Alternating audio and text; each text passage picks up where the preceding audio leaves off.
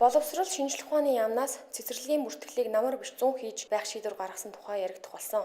Мөн цэцэрлэгүүдийг энэ сарын 10-наас эхлэн хүүхдүүдэд бүртгэж эхлэх тухайч мэдээлэл тараад байсан. Эцэг эхчүүд хүүхдүүдэд сургууль цэцэрлэгт намар болоход зэрэгцэн бүртгүүлэх гэж яарцгаадаг.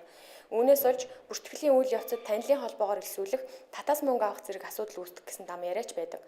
Тэгвэл үнэхээр хавар бүртгэх гэж байгаа үгүйг нь лавлахаар нийслэлийн боловсролын газрын дарга Отгон Багантай уулзлаа.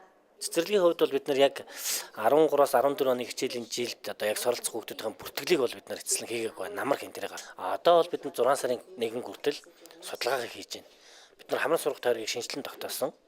Хамрах сургах тойргийг шинжилэн тогтоосонтой холбоотойгоор тухайн цэцэрлэгийн хамрах сургах тойрогт яг хэдэн хүүхэд байгаа юм бэ гэдэг бид нар маш наривчлж гаргаж байна. Баг бүх хүүхдийн нэрсийн жагсаалтыг гаргаад одоо нэгд өдрөөс эхлээд цэцэрлэгүүд маань энэ хүүхдүүдийн нэрсийн жагсаалтаа цэцэрлэг дээр нээлттэй тавина. Тэгээ эцэг эхчүүд очиод энэ манай хүүхд тийшээ тэр бүртгэл судалгаанд нь орж өгөө гэдэг эцэг эхчүүд өөрсдөө шалгах боломжтой болно. Эцэг эхчүүд бол одоо нөгөө хүүхд бүртгүүлэх гэдэг утгаар нь шөнө очирлдаг, өглөө эрт очиж энэ төр очирлах ямар ч шаардлага байхгүй. Тэгээ судалгаанд хамрагдаад авцсны дараагаар бол харин зүгээр эцэг эхчүүд ажлын цагаар очиод за манай дээр бол цэцэрлэгийн насны тэдний хүүхд байгаа. Энэ хүүхд мань танай цэцэрлэг дээр цэцэрлэгийн судалгаанд хамрагдсан уу гэдгийг очиод бол асуучиж болно. Албаны хүн ийхүү ярьж байна. Юутайч 6 сард цэцэрлэгийн бүртгэл хийгдэж дуусна гэсэн мэдээлэл учир дутагдaltaй юм байна. Зөвхөн нэгдсэн бүртгэлийн ажил хийгдэх нь. Харин ирэх 8 дугаар сард албан ёсны бүртгэл явагдах юм байна. Энэ талаар эцэг эхчүүд ямар мэдээлэлтэй байгааг сонирхлоо.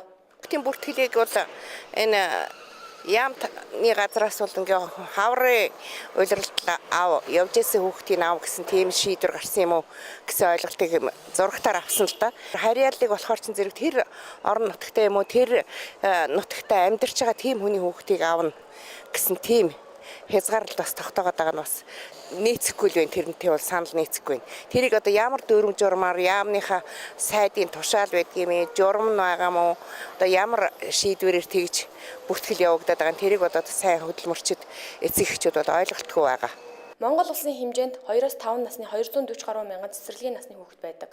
Гэтэл үүнээс улсын бүртгэлтэй 945 цэцэрлэгт 180 гаруй мянган хүүхэд хамрагдаж байна. Өөрөөр хэлбэл цэцэрлэгийн насны нийт хүүхдүүдийн 60-70% нь л цэцэрлэгт хамрагдаж 30-40% нь үлдэж байна гэсэн үг юм а.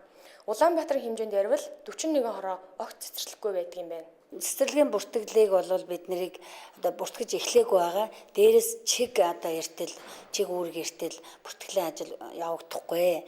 Дээр удирдлагуудын ярьж байгаа бол одоо 5 сарын сүүлээр одоо явагдах болов гэж бид нар бас ойлгож байгаа.